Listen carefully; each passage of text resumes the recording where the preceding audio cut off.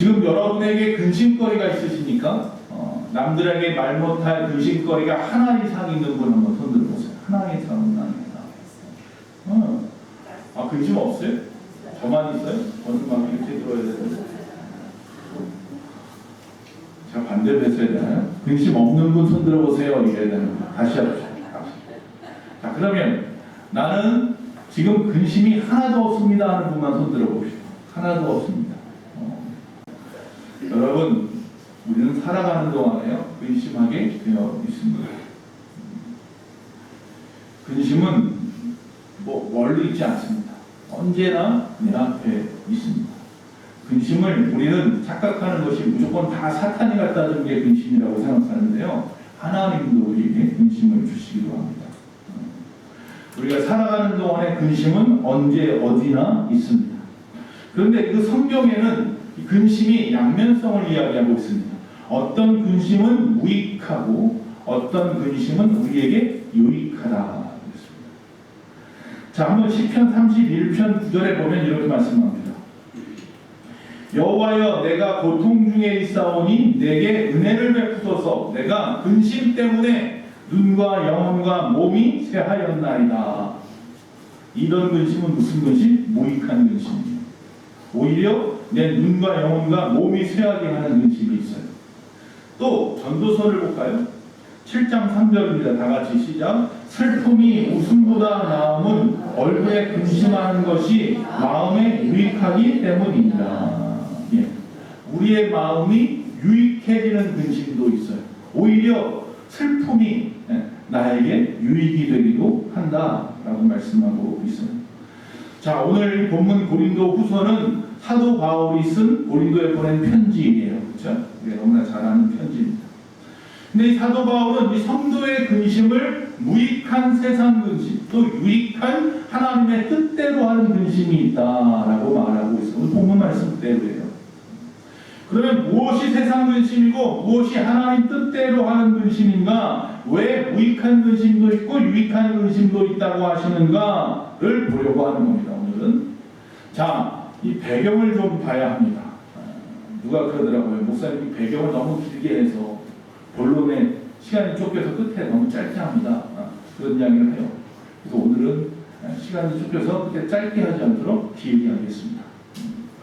자, 고린도 교회에 보낸 편지는 몇 편일까요? 제가 여러 번 얘기한 적이 있어요. 퀴즈입니다. 고린도 교회에 바울이 보낸 편지는 총 몇 개일까요? 정답은 정확하게 모른다예요.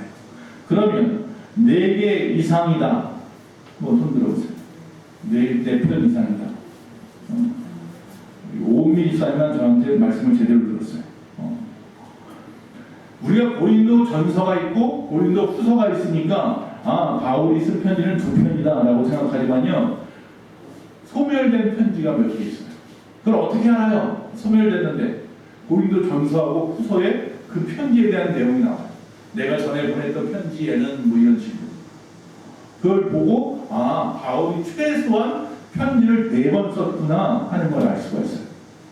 바울이 첫 번째 쓴 편지는 없어요. 고린도전서가 첫 번째 쓴 편지가 아니에요. 바울이 첫 번째 쓴 편지는 어떤 내용이었냐면 고린도 교회에 음행하는 자들이 있다라고 하는 것에 대한 책망이에요. 그 후에 다시 또 편지를 씁니다. 자, 2번째 쓴 편지는 뭐냐면 그들이 분쟁하고 있다는 거예요. 아직도 음행하고 있고 잘못된 결혼을 하고 이방인들과 결혼하고 우상에게 바쳤던 재물들을 먹고 또 자신의 은사를 뽐내고 이런 일들, 교회가 하지 말아야 할 것들을 다 하고 있는 거예요. 고린도 교회 안에. 교회는 성장했다고 하면서 커졌는데. 자, 그런 다양한 문제가 교회의 질서를 무질서하게 만들고 하나님의 사랑의 원칙을 깨뜨려버리고, 그래서 보낸 편지가 뭐다? 고린도전서. 자, 고린도전서 13장이 뭐예요? 사랑은 오래 참고. 사랑장이 거기 들어있어요. 자, 그렇게 편지를 보냈어요. 그럼 거기서 끝났느냐? 그렇지 않습니다. 고린도 후서, 우리가 지금 보고 있는 고린도 후서 2장과 7장에 보니까 오늘 본문에도 보면 눈물로 보낸 편지가 있다고 해요. 눈물로 보낸 편지. 그런 가요가 있지 않나요? 눈물로 쓴 편지는 이런 편지, 그런 노래가 있었던 것 같은데, 자, 눈물로 보낸 편지가 하나 더 있었어요. 이게 무슨 편지이길래 눈물로 보냈느냐? 고린도 교회 성도들이요 계속해서 책망하는 편지를 보내잖아요. 바울이 이거 붙여야 되고 저거 붙여야 되고. 그러니까 바울을 갖다가 야 너 사도 아니야. 넌 거짓 선지자야. 거짓 교사야. 네가 무슨 사도야? 네가 예수님을 만나서 돌아다닌 적이 있어? 예수님의 제자 맞아? 아닌데 무슨 사도야? 그의 사도성에 대해서 강하게 막 뭐라고 하는 거예요. 그 이야기가 바울 귀에 들렸어요. 그래서 눈물로 써는 거예요. 내가 왜 사도인지에 대해서 쭉 변명 아닌 변명을 쭉 써내려가는 거예요. 다메섹에서 만났다는 이야기, 그런 얘기 썼겠죠. 이 편지 역시 뭐예요? 있어요? 없어요? 없어요. 그러니까 내용은 잘 몰라요. 여러분 천국 가서 바울에게 뭐라고 썼는지 궁금하면 물어보시면 돼요. 지옥 가는 분들은 못 물어보니까 좀 아시겠죠. 여러분 그래서 천국 꼭 가셔야 합니다. 저는 천국 갈 이유가 1000가지도 없고 10,000가지도 넘어요. 궁금한 게 너무 많아요. 베드로한테 물어볼 거, 다윗한테 물어볼 거, 모세한테 물어볼 거. 그거 물어보고 싶어서라도 저는 꼭 천국 갈 거예요. 할렐루야. 자, 이 눈물로 쓴 편지가 있다고 했어요. 7장에 보면. 근데 문제는 뭐냐면 이 자신의 사도권에 대해서 공격하는 자들 대응하기 위해서 쓴 눈물로 흘리며 쓴 편지, 애절한 편지를 갖다 보냈는데 보내놓고 뭐가 됐느냐? 근심이 생겼어요. 바울이. 혹시라도 저 편지를 받고 저들이 하나님을 떠나면 어떡하지? 나를 더 싫어하면 어떡하지? 아니 그를 떠나서 디도의 손에 편지를 줘서 보냈잖아요. 디도를 갖다 원망하거나 디도에게 어려움을 주면 어떡하지? 뭐 여러 가지 근심이 생겼단 말이에요. 자, 그런 가운데에 이 부분, 오늘 이 고린도후서 7장 부분을 이야기하고 있는 거예요. 자, 편지를 보내서 걱정하고 근심하고 있었는데 근데 디도가 돌아왔어요. 돌아왔는데 뭐예요? 그들이 편지를 읽고 어떻게 했다고요? 그 얘기했다. 할렐루야. 자신이 근심했던 것이 부끄러울 정도로 그들이 오히려 그 편지를 받고 변화되었다. 회복되었다라는 거예요. 그래서 그들에게 네 번째 고린도 후서를 갖다가 보내고 있는 거예요. 그러면서 너희들에게 그 눈물로 보냈던 편지 보냈을 때 나 얼마나 근심했는지 몰라. 근데 너희들이 회개했다는 말을 듣고 내 하나님 앞에 너무 기뻤다. 아 정말 세상에는 근심거리가 많구나. 그런데 세상 근심도 있고 하나님 안에서 하는 근심도 있다는 걸 알게 되었어. 그 이야기를 하는 거예요. 그러면서 오늘 말씀을 풀어가고 있는 겁니다. 자, 오늘 본문에 고린도 교회에 보냈던 세 번째 편지, 이 눈물의 편지를 갖다가 디도편에 보낸 것을 보내놓고는 후회했지만 혹시라도 잘못될까봐 도리어 그들이 변화됐다는 이야기를 듣고 기뻐했다. 그 이유는 뭐예요? 그들이 회개했기 때문인 거죠. 하나님의 뜻대로 하는 근심은 구원에 이르는 회개를 가져오는 거예요. 그래서 바울은 더 이상 고린도 교인들이 그 편지를 읽고 하나님의 뜻대로 하는 근심이 아니라 세상 근심을 할까 후회하지 않겠다라고 말하고 있는 거예요. 자, 세상 근심은 도대체 뭐고 하나님의 뜻대로 하는 근심은 뭐냐? 첫째로 세상 근심을 좀 보면 자, 우리 성도님들은 영적으로 삽니다. 믿습니까? 육적으로 사는 것이 아니라 영적으로 삽니다. 즉 영적으로 세상의 불신자들과 구별되게 삽니다. 그래서 우리를 뭐라고 말하냐면 하나님의 자녀라고 말을 합니다. 자, 그러나 우리는 육신을 가지고 있습니다. 그렇죠? 이 땅에서 세상 사람들하고 똑같이 경제적인 거래도 해야 되고 같이 생활도 해야 되고 그들과 함께 더불어 살아가야 하는 육적인 존재입니다. 그러다 보니까 우리는 그들과 다를 바 없는 피조물이기도 합니다. 그러다 보니 우리도 성도들도 돈이 필요하고 건강해야 되고 또 명예도 좀 있어야 되고 또 세상 사람들처럼 증오하기도 하고 또 울기도 하고 탐욕을 부리기도 하고 그러더라는 거죠. 즉 세상적인 근심에서 우리는 표현하려고 하지만 사실 표현하기가 쉽지 않습니다. 우리는 그래서 성경은 뭐라고 해요? 예수님이 무엇을 먹을까, 무엇을 마실까, 무엇을 입을까 걱정하지 말아라. 이는 이방인들이 하는 근심이야 라고 말합니다. 우리가 그렇게 근심하고 있다는 거예요. 지금 여기 앉아 있으면서도 무엇을 먹을까, 무엇을 마실까, 무엇을 입을까 하는 근심과 걱정이 여러분의 삶에 있지 않느냐. 즉 세상 근심 말하는 거죠. 자, 세상적인 근심은 그처럼 외부적인 문제, 또 어떤 상황에서 비롯된 감정적인 반응을 말하는 겁니다. 즉 세상 근심이라고 하는 것은 외부적인 것들로 인해서 내 마음에 생기는 어떤 감정이에요. 그런데 이는 세상적인 가치관이나 기준으로만 살아갈 때에 나타나는 결과입니다. 그런데 오늘 본문의 바울은 이 세상 근심을 사망에 이르게 하는 무익한 것이라고 말하고 있는 거예요. 즉 세상적인 욕심, 세상적인 어떤 마음들, 시기심, 질투심, 어떤 근심, 걱정, 이런 모든 감정들은 나를 갖다 사망에 이르게 하는 무익한 것이다. 잠언서 15장 13절에 마음의 즐거움은 얼굴을 빛나게 하여도 마음의 근심은 심령을 상하게 하느니라 그랬습니다. 잠언서 17장 22절에 마음의 즐거움은 양약이라고 심령의 근심은 뼈를 마르게 하느니라 이렇게 말하고 있습니다. 즉 세상 근심은요 분노하고 원한을 품게 만들고 자기 정당화를 하려고 합니다. 역으로 말하면 내 마음에 어떤 걱정 때문에 분함이 생기고 어떤 누구에 대한 미움이라든지 원한이 생기고 아니면 자기를 자꾸 자기 정당화시키는 그런 마음으로 나를 갖다 인도하는 자꾸 핑계대게 만들고 막 이런 근심들 있죠. 이것은 뭐예요? 세상 근심입니다. 즉 근심의 결과가 낙담, 좌절 아니면 파괴적인 현상과 상황으로 만들어간다면 이건 세상 근심입니다. 따라서 세상 근심은 말 그대로 세상적인 근심, 성경적으로 말하는 회개하지 않는 근심이라고 말하고 있는 거예요. 저 고린도 교인들의 경우는 자신들을 질책하는 이 바울의 편지를 받고 나서 만약에 그들이 세상적인 근심을 했다면 막 화를 냈겠죠. 첫 번째 현상이 화를 냈고 두 번째로 자신들을 정당화했겠죠. 야 우리가 하는 것이 뭐가 어쨌다고 세상 사람들보다 우리가 그때 얼마나 예수님을 잘 믿는데 뭐 여러 가지 이유로 핑계를 댔겠죠. 그리고 더욱더 마음에 바울이 잘못해서 그래 바울을 대적하기 시작했겠죠. 자 그런 근심은 뭐다? 세상적인 근심. 자 스데반을 보세요. 스데반이 나가서 복음을 열심히 전했습니다. 예수 믿으라고. 이 스데반 안수 집사님이 이렇게 복음을 뜨겁게 전하자 많은 사람들이 찔렸어요. 야 우리가 잘못했지 알아요. 그런데 문제는 뭐예요? 찔리고 말아버렸어요.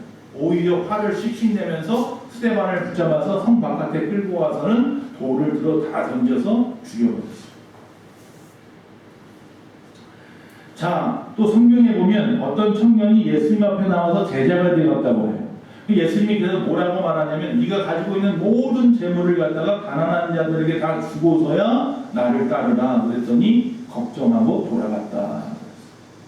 그의 근심이 뭐예요? 물질이잖아요. 물질을 버리고 나를 따르라 그러니까 물질 때문에 걱정하고 그 하나님을 따르는 일을 예수님 따르는 일을 포기하고 돌아가 버렸어요. 이건 무슨 근심이에요? 세상 근심입니다. 세상 근심은 죽음을 가져옵니다. 사망의 나락에 나를 빠뜨립니다. 마지막 때의 영적인 상황이겠죠. 자, 이처럼 세상 근심은 자기 자신을 파멸시키고 결국에는 사망을 가져오는 죄의 결과로 상실한 건강, 명예, 어떤 재산, 욕망 이런 것들 때문에 오는 고통이 있다면 그건 세상 근심인 거예요. 이 고통에서 벗어나지 못하는 이유는 우리는 구원받을 자인데 구원을 받을 수 없는 자로 나아가게 만드는 거예요. 즉 세상 근심은 사망으로 인도하고 세상 근심은 구원을 이룰 수가 없어요. 세상 근심은 즉 잘못된 세상적인 감정으로 또 사람들과의 폭력적인 모습으로 자기 정당성으로 자기 욕심으로 드러나는 것들은 전부 다 뭐예요? 세상 욕심, 세상 근심인 거예요. 그러면 하나님 뜻대로 하는 근심은 또 뭐라고 말하느냐? 본문에 보니까 하나님의 뜻대로 하는 근심은 후회할 것이 없는 구원에 이르게 하는 회개를 이룰 것이다 이렇게 말씀하고 있습니다. 하나님 뜻대로 하는 근심을 보다 더 정확하게 말한다면 하나님의 뜻대로 살기 위해서 하는 근심이라는 거예요. 여러분 하나님 뜻대로 살기 위해서 하는 근심들이 있습니까? 없습니까? 있어요. 내가 주일을 열심히 주님 앞에 나 예배하고 싶은데 나의 사정이 환경이 그러지 못해. 이건 뭐예요? 앞뒤 말씀한 하나님의 뜻대로 살기 위하여 하는 근심이에요. 이건 세상 근심하고 다른 근심이에요. 즉 다시 말하면 하나님의 뜻은 뭐냐면 그의 나라와 그의 의를 구하는 것입니다. 그의 나라와 그의 의를 구하기 위하여서 하는 근심이에요. 그 근심은 하나님의 뜻대로 하는 근심이에요. 이 근심은 우리를 사망으로 인도하지 않아요. 이 근심은 어떤 폭력적인 현상으로 나타나지 않아요. 자기 정당화를 하지 않아요. 이런 근심은 자기 욕심이 드러나지 않아요. 우리 안에 그런 근심이 있어야 돼. 아, 주의를 성수하고 싶은데, 내가 주의 일을 더 헌신하여 사고 싶은데, 아, 나에게 시간이 없고 직장 때문에 여러 가지 상황 때문에 주여 나에게 더 좋은 길을 인도해 주세요. 내가 주님 앞에 더 나가서 더 열심히 생활하고 싶어요. 믿음 생활 더 열심히 하고 싶어요. 이런 마음들을 계속 갖고 살아가잖아요. 평생 마음속에. 그런 근심은 뭐다? 하나님의 뜻대로 하는 근심이에요. 그래서 어떤 학자가 이렇게 말했습니다. 이런 근심은 첫째로 죄에 대한 근심이다. 그랬어요. 여러분, 세상 근심은요, 죄에 대해서 생각하지 않아요. 이게 죄인지 아닌지 전혀 상관없어요. 나에게 도움이 되는지, 내 욕심을 채워줄 수 있는지, 자기 방어적인지, 이런 것만 따지는 게 세상 근심이에요. 그런데 하나님이 뜻대로 하는 근심은요, 죄를 생각하게요. 죄를.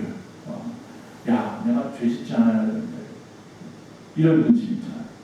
내가 주님 앞에 더 많이 일할 수 있는데 내가 또 이 핑계를 대고 저 핑계를 대고 또 세상 가운데 이렇게 살았구나. 이런 근심들 있잖아요. 그래서 하나님의 뜻대로 하는 근심은 죄를 생각하게 해요. 두 번째는 뭐냐면 하나님의 은총을 저버린 나의 행위들에 대해서 근심하게 해요. 아, 내가 하나님의 뜻대로 살 수 있었는데 하지 못했던 것들을 다 생각하고 그 행위들에 대해서 또 근심하고 또 근심하는 거예요. 이런 근심을 뭐라고 말하냐면 그래서 신령한 근심이다. 무엇을 먹을까 마실까 입을까에 대한 근심만 하고 살았어요. 우리는 내가 잘 되어서 남들한테 인기를 얻고 명예를 얻고 권력을 얻고 더 좋은 집에 살고 더 칭찬을 많이 받고 내 명함에 양력 더 많이 넣고 학력도 더 많이 넣었으면 좋겠고 남들이 나를 갖다 뛰어나다고 칭찬했으면 좋겠고 그런 마음들은 전부 다 세상 근심. 이것은 끝이 뭐예요? 사망에 이르는 것. 그런 근심 말고 정말로 하나님의 영광을 위해서 그의 나라를 위하여 그의 뜻을 위하여 그분의 일을 위하여 내가 열심히 하지 못한 것들 때문에 근심하는 거예요. 아, 오늘도 정말 화내지 않아도 되는데 괜히 화를 냈구나. 아이고 오늘도 내가 근심하지 않아야 될 것 가지고 근심했구나. 뭐 여러 가지 근심, 또 그것도 근심. 그런 것들, 즉 자기 반성들, 죄에 대해서 진지하게 반성하는 것들이 우리에게 근심이 될 때가 있어요. 이것은 일종의 하나님의 징계일 수도 있지만 이것은 결국 나를 지옥 가게 만드는 형벌이 아니라 나를 온전케 하려는 사랑의 매가 되는 거예요. 그런 근심은 해도 돼요. 남들보다 부끄러운 신앙생활 때문에 근심하는 거 해도 돼요. 해야 돼요. 그거 근심하지 않으면 안 돼요. 아유, 어쩔 수 없어. 저 사람은 더 좋은 상황이니까 더 열심히 신앙생활 하는 거고, 아, 나는 상황이 안 좋은데 어쩔 수 없지 뭐. 그것조차 근심하지 않는다면, 그건 정말 잘못된 거지만, 아, 나도 저 사람들처럼 저렇게 열심히 신앙생활 했으면, 나도 저렇게 예배드리고 싶고, 나도 저렇게 충성하고 싶고, 나도 저들처럼 이렇게 예배하고, 그런 선한 근심들을 하라는 거예요. 그것은 하나님의 징계일 수도 있지만, 사랑의 매일 수도 있기 때문에 그것조차 안 하면 안 된다는 거예요. 바울은 그래서 이것이 후회할 것이 없는 근심이라고 했어요. 나중에 후회하지 않기 위해서 지금부터 근심해야 돼요. 그래서 우리가 하나님과의 올바른 관계를 회복할 수 있는 기회를 얻기 위해서라도 선한 근심, 즉 하나님 뜻대로 하는 근심을 매일같이 해야 됩니다. 그래서 근심이 없다고 말한다면 하나님을 위하여 내가 무엇을 할까에 대한 근심조차 안 한다는 이야기가 되는 거예요. 우리는 매일같이 그런 근심을 해야 돼요. 주를 위하여, 주의 영광을 위하여, 그 사명을 감당하기 위하여, 주님을 기쁘시게 하기 위해서. 그 근심이 하나님의 뜻대로 하는 근심이에요. 그런데 맨날 무엇을 먹을까 마실까 입을까만 근심을 해요. 세상의 정욕을, 세상의 욕심만을 바라보면서. 이거는 아니에요. 그건 벗어버려야 할 근심이에요. 두 가지 근심을 잘 이해할 수 있어야 돼요. 이런 근심은 죄에 대한 고백, 회개를 통한 근심이기 때문에 꼭 필요해요. 왜? 이런 근심을 통해서 내가 영적으로 성숙해지기 때문에. 교회를 10년, 100년을 나와도 변함이 없어. 그 이유는 뭐예요? 근심을 안 해요, 이 사람은. 즉, 하나님의 뜻대로 하는 근심조차 안 하기 때문에 변함이 없는 거예요. 하나님의 뜻대로 하는 근심을 하면 거기에 발전이 있단 말이에요. 하나님의 사랑에 매도 맞고요. 아파하기도 하고요. 그러면서 실수하기도 하겠죠. 물론 실패할 수도 있어요. 아니면 더 나빠질 수도 있어요. 그러나 막 무엇인가 변화하려고 노력하는 이 마음들이, 그 근심이 하나님 앞에 보여지면 이것은 나에게 구원이 되고 생명이 되고 소망이 되는 줄로 믿습니다. 할렐루야. 그런 근심을 하라는 거예요. 그런 근심. 즉 영적인 성숙이 이루어질 겁니다. 이런 근심. 그리고 우리를 구원에 이르게 할 것입니다. 우리 주님은 중심을 보세요. 자, 내가 주의를 성수하고 싶은 마음이 있어요. 그런데 여러 가지 사정상 주의를 온전히 성수하지 못했어요. 근데 하려고 노력은 했지만 안 됐어요. 결국 주님 오시는 그날까지 주의 성수를 제대로 하지 못했어요. 그럼 하나님은 우리에게 책망할 것이 있다. 네가 주의 성수를 하지 못했다. 라고 책망하실까요? 아니면 칭찬하실까요? 그건 칭찬받을 일이에요. 내가 네 마음 중심을 보았다. 정말 열심히 주의 일을 하려고, 주님을 위해 살아가려고 몸부림치는 것을 내가 보았다. 세상 사람들이 볼 때 지금 당장 나타난 현상만 가지고 뭐라고 할지 모르지만 나는 너의 중심을 보았다. 할렐루야. 오늘 우리의 근심은 어떤 근심이어야 합니까? 하나님께로 더 가까이 인도하는, 하나님의 은혜로 나아갈 수 있는 근심을 하셔야 합니다. 세 번째, 하나님의 뜻대로 하는 근심의 현상입니다. 자, 11절에 보니까 하나님의 뜻대로 하는 근심의 현상이 나타납니다. 보라, 하나님의 뜻대로 하게 된 이 근심이 너희로 얼마나 간절하게 하며, 얼마나 변화하게 하며, 얼마나 분하게 하며, 얼마나 두렵게 하며, 얼마나 사모하게 하며, 얼마나 열심히 있게 하며, 얼마나 권하게 하였는가. 너희가 그 일에 대하여 일체 너희 자신의 깨끗함을 나타내었느니라. 자, 이 말은 뭡니까? 하나님의 뜻대로 하게 된 근심으로 말미암아서 너희가 간절해졌다는 겁니다. 너희들의 입장이 분명해졌다는 겁니다. 잘못을 행한 자들에게 의분도 또 두려움도 가지게 되었다는 겁니다. 또 바울에 대해서 사모함과 또 열심이 생겼다는 겁니다. 여러분, 그런 마음들이 우리 안에 생겨나요. 근심합니다. 비느하스가 의분이 생겨서 하나님이 하지 말라고 하는 짓들을 백성들이 하여 수많은 사람이 죽어가는 것을 보고 참지 못하고 그 의분을 가지고 자기 백성까지 쳐 죽여서 하나님의 그 질투하는 마음을 녹여주었던 것을 우리가 알아요. 근심이에요. 그 근심은 무슨 근심이에요? 하나님으로부터 하나님의 뜻대로 하는 근심이에요. 하나님은 막 화가 나셨잖아. 시기심, 질투심이 막 생겼어요. 하나님 앞에. 이 백성을 내가 택했는데 이 백성이 이방인들하고 잘못된 짓을 하고 하나님을 모른다 하니 얼마나 화가 나시겠어요. 그걸 갖다가 비나스가 알고 대신 풀어드렸단 말이에요. 그랬더니 하나님의 마음이 평안함을 얻었어요. 여러분, 하나님의 질투를 풀어드릴 수 있는 사람들, 위대한 사람입니다. 비나스 같은 사람.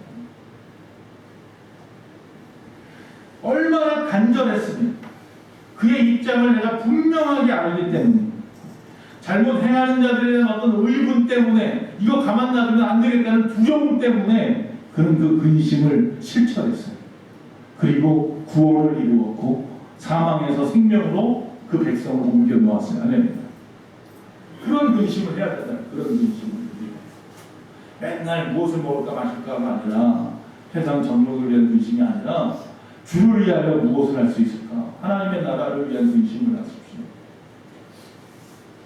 네 번째, 하나님의 뜻대로 하는 근심의 결과는 어떻게 되느냐? 오늘 본문 말씀만 보면 두 가지를 봅니다. 첫째는 신뢰가 회복되더라. 15절입니다. 그가 너희 모든 사람들이, 그가 누구냐면 디도가 너희 모든 사람들이, 본도 교인이 두려움과 떨므로 자기를 디도를 영접하여 순종한 것을 생각하고 너희를 향하여 디도의 심정이 더욱 깊었으니 라고 말합니다. 디도가 편지를 가지고 갈 때 두려웠어요. 야, 이 편지를 가지고 가던 고린도 교인들이 그 편지를 쫙 펴, 두루마기가 이렇게 있죠. 이게 쫙 펴서 막 읽어가는데 막 화가 나가지고 이 바울이 이게 네가 뭐라고 막 이러면서 스데반을 돌로 쳤던 마음처럼 그런 마음으로 오히려 대신 뭐라고 그 편지를 가지고 디도가 옆에 있으니까 디도에게 막 대신 화를 풀거나 막 돌을 던지거나 이럴 수도 있잖아요. 그러니까 디도가 얼마나 무서웠겠어요. 그런데 오히려 그가 너희 모든 사람들이 그 편지를 읽고 두려움과 떨므로 오히려 디도를 영접하여서 그의 말에 순종하고 마치 바울의 말인 것처럼 그의 말에 순종하는 것을 생각하고 너를 향하여 디도의 심정이 더욱더 깊어졌다라고 말하고 있습니다. 디도가 고린도 교인에 대한 애정이 더욱더 깊어졌대. 그 까닭은 이 교인들 모두가 두렵고 떨리는 마음으로 자기를 받아들였기 때문이고 또 자기의 말을 바울의 말처럼 순종했기 때문이에요. 즉 바울과 디도가 이 편지를 보낸 후에 굉장히 조바심을 내었지만 그 반응은 전혀 예측할 수 없는 놀라운 반응이 있었는데 그들의 염려는 결국 기우였던 거예요. 교인들이 마치 이 바울을 대하듯이 디도를 두렵고 떨리는 마음으로 영접했다. 결국 이 디도가 바울과 같이 그들에게 애정을 갖기 시작하게 만들었다. 그래서 모든 오해가 깔끔하게 다 해결되었다. 그래서 예전에 가졌던 바울이 직접 그 고린도 교회에 있었을 때에 가지고 있었던 그 신뢰와 믿음이 다시 다 회복되었다. 즉 다시 말하면 바울은 이 편지를 보내면서 어떤 마음으로 보냈느냐면 나를 몰라봐? 내가 누군지 몰라? 내가 사도인지를 갖다가 오해하고 있다가 아니라고 생각한다고? 이놈들 봐라 괴심한 놈들하고 편지를 썼다면 그것은 세상 근심으로 쓴 편지예요. 그렇죠? 그 편지의 끝은 뭐예요? 스데반을 죽인 것은 여러분 스데반을 죽인 것은 하나님의 뜻이에요. 아십니까? 그 스데반이 죽음으로 말미암아 복음이 세상으로 흩어졌어요. 예루살렘 안에는 우물한 개굴처럼 있으니까 하나님께서 방법을 택하신 것이 한 사람의 순교로 말미암아 이 복음을 가지고 예루살렘 안에 있다가 야 여기도 위험하다 안전하지 않다 해서 세상으로 흩어지게 만든 거죠.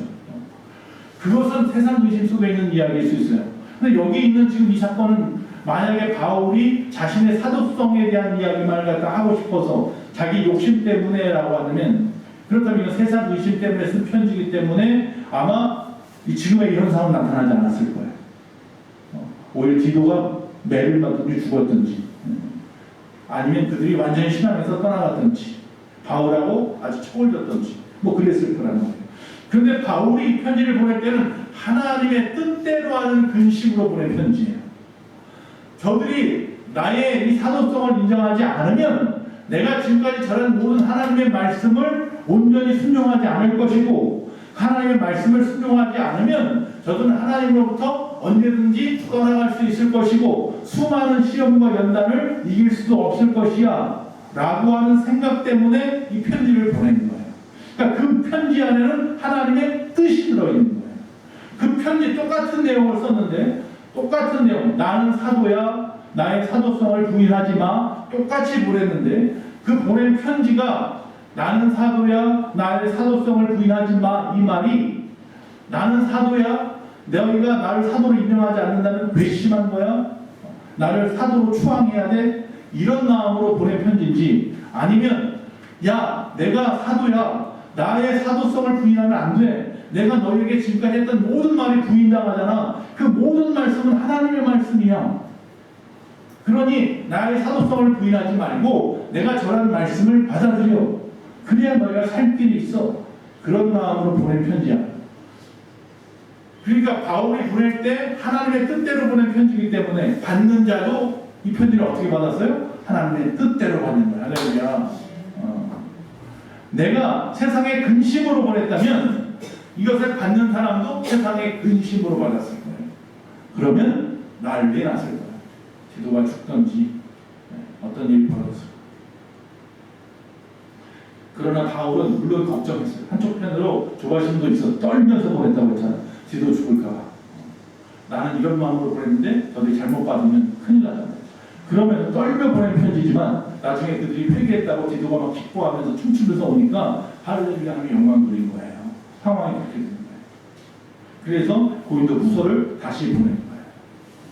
그래서 부활에 대한 주님에 대한 부활장도 보내고 부활에 대한 이야기 하고 있는 거예요. 자, 첫 번째 신뢰가 회복돼요. 여러분이요 세상 근심으로 누군가의 사람에게 대하지 마세요. 하나님의 뜻대로 하는 근심으로 사람을 대하시면 거기는 신뢰가 회복이 있어요. 두 번째 구원이 있어요. 신령한 근심이라고 하는 거, 불신앙, 나태, 퇴보, 욕망, 기타 잘못된 상태, 이 모든 것이 있음을 갖다가 하나님의 말씀이나 선지자들의 조언을 통해서 깨우침을 받고 그것으로부터 돌이키게 하는 마음의 상태를 말하는 겁니다. 신령한 근심이란 다시 말합니다. 세상에 불신앙도 있고 나태도 있고 퇴보, 욕망, 기타 잘못된 상태, 이 모든 것들이 하나님의 말씀이나 선지자들의 말이나 조언 등을 통해서 깨우침을 받고 아이고 안 되겠다, 이러면 안 되지, 돌이켜야지, 할렐루야. 그런 마음의 상태로 되면 이건 무슨 근심? 신령한 근심.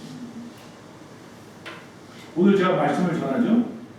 이 말씀을 전하는 종을 주의 종으로 여러분이 인정하고, 바울을 사도성에 갖다 부인하지 않은 것처럼 주의 종으로 인정하고, 제가 전하는 말씀이 제 개인의 말이 아니라 제 의도가 아니라 하나님의 말씀에 대한 온전한 말씀의 선포라고 받아들이고, 여러분들이 그 말씀을 받고 난 다음에 여기 있는 말씀처럼 불신앙이나 나태나 퇴보나 욕망이나 잘못된 상태에 있었던 내 자신, 내 것들을 발견하고, 그런 부분의 어떤 부분들을 발견하고 그것을 갖다가 돌이켜야겠다는 상태, 마음의 상태로 변화되었다면 그것은 뭐예요?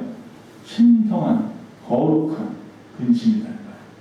내가 그런 근심으로 여러분에게 지금 말씀을 준비해서 전하고 있거든요. 그러니까 여러분들이 이 말씀을 받을 때 그런 근심으로 받아야 돼요. 어찌하여? 할렐루야. 이해가 되시나요? 성경에는 예를 들겠습니다. 그게 좀 마칠 텐데, 첫째 다윗입니다. 구약에 보면 다윗이 우리아의 아내 바세바를 갖다가 범하는 큰 죄를 지었죠.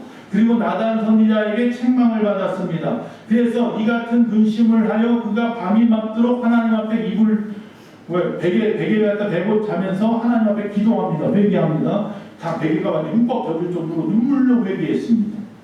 그리고 하나님으로부터 죄 사함을 입었습니다. 그래서 그가 더 하나님 앞에 단단해진 하나님의 종으로, 왕으로의 역할을 감당하게 됐습니다. 자, 다윗에게는 아들들이 여럿 있는데 그 중에 한 아들을 봅니다. 암논입니다. 암논은 이 아버지의 사건하고 비슷합니다. 즉 자기의 동생, 배다른 동생, 압살롬의 동생이죠. 사실은 이 배다른 동생 다말을 갖다가 흠모하여서 죄를 범합니다. 그렇죠? 자, 죄를 범했는데 그리고 나서 그 아침이 되니까 그 여인, 옆에 있는 여인을 보고 후회. 밤새 자기가 한 짓에 대한 후회를 합니다. 그리고 나서 그녀를 갖다가 내버렸어요. 바깥에 쫓아버렸어요. 자, 그 이후로 이 암논은 변하지 않았어요. 자기가 잘못한 것에 대해서 조금도 일말도 회개한 적이 없어요. 근심을 하지 않았어요. 하나님이 원하는 근심을 하지 않아요. 후회만 했어요. 에이, 변한 듯 했네. 이런 모습. 괜히 남들이 보면 창피한 듯 했네. 이런 모습. 일 벌려놓고. 결국 어떻게 됐습니까? 그 동생 압살롬이 자기의 누이였던 다말을 갖다 범한 것을 알고 처음에 암논 앞에 막 잘하는 척하다가 나중에 결국 죽여버렸죠. 죽임을 당했어요. 자, 신약에 넘어와서 베드로를 봅니다. 자, 베드로는 하나님의 예수님을 갖다가 난 절대 부인하지 않습니다. 나는 주님을 위해서 목숨까지 내놓을 수 있습니다. 막 난리가 났어요. 그때 예수님께서 닭이 울기 전에 네가 나를 3번이나 부인할 거라고요. 아이고 말도 안 되는 소리. 난 절대 하나님 예수님 부인하지 않습니다. 그런데 아니나 다를까 예수님이 잡혀갔습니다. 갑작스럽게 잡혀갔죠. 겟세마네에서.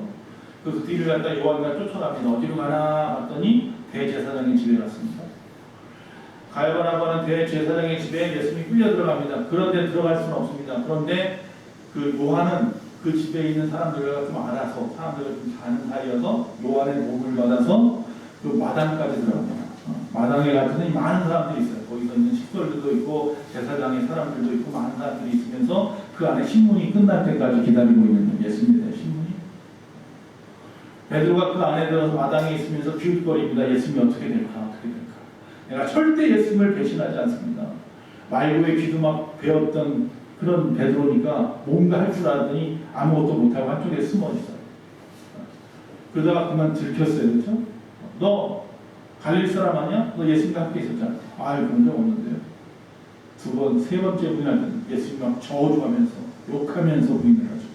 그때 어떻게? 꼭기요 다 기울어요. 그래서 지금 유럽 성당에 가면 꼭대기 첨탑 위에 십자가도 달려있지만 닭도 달려있어요.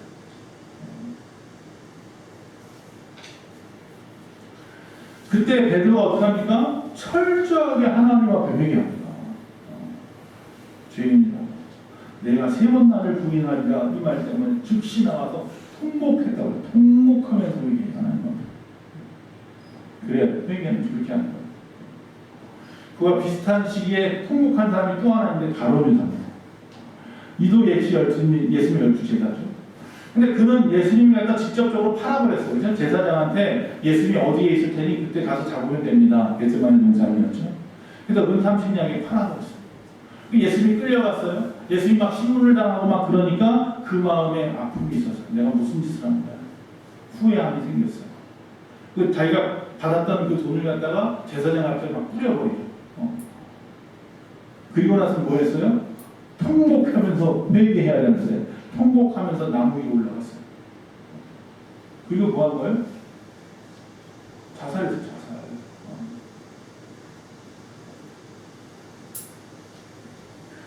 전혀 다른 일. 즉 가룟유다는 세상 근심하다가 사망에 이른 자예요. 베드로는 하나님의 뜻대로 하는 근심을 하다가 회개하고 죄사함을 받은 자예요. 그래서 마지막까지 복음을 증거했던 사람이에요. 하나님의 뜻대로 하는 근심은 반전이 있습니다. 하나님 혹독한 이 우리의 훈련들 같은 이 삶 속에 있다 할지라도 결국은 반전을 갖다 꾀하시는 분이 하나님, 역점의 하나님이라는 말이에요. 그걸 우리가 알기 때문에 오늘도 그분 앞에 나온 줄로 믿습니다. 자, 고린도 교인들의 이 근심이 바울을 후회하게도 했지만 결국은 그 근심이 그들을 회개하게 하였고 그 회개가 오히려 바울을 사랑과 순종으로 대하는 모습으로 변화시켰더라. 여러분 혹시 여러분 주변의 사람들 사이의 상황 속에서 환경 속에서 근심할 일들이 있다면 바울처럼 저 사람이 정말 저 잘못한 것을 고쳐야 하는데 어떤 마음의 그런 빚이라고 할까요? 그런 마음이 있다면 내 뜻대로 하면 안 돼요. 앞에 말하면 세상 근심처럼 행동했다가는 오히려 큰 마이너스가 됩니다. 하나님의 뜻대로 해야 됩니다. 하나님의 뜻처럼 해야 됩니다. 간절한 마음으로 기도하고 하나님의 주시는 마음과 지혜를 구하고 그리고 하나님의 평강을 주시면 그때 그에게 직면하여 나가야 되는 거예요. 그러면 그 말을 그 사람도 진실로 봐요. 야, 아무개 집사님이 나한테 하는 말이 이 말을 나한테 하기 위해서 얼마나 밤새워 울었고 회개했고 또 하나님 앞에 기도했을까. 역시 내가 잘못한 부분이 있었구나. 감사. 그러면 그도 변화되고 오히려 더 가까워지고 친해지고 믿을 수 있는 사람이야. 그 사람이 이렇게 될 줄로 믿습니다. 불편이 변하여서 오히려 사랑이 되어야 합니다. 말씀을 마치겠습니다. 공부할 과목도 많고 들어야 할 강의도 많은데 틈만 나면 게임만 하는 학생과 남편이 있습니다. 육아와 집안일이 쌓여 있어도 집에서는 인터넷 쇼핑에 빠져 있고 밖에 나가서는 친구들과 커피숍과 맛집만 찾아다니며 대회하는 주부들이 있습니다.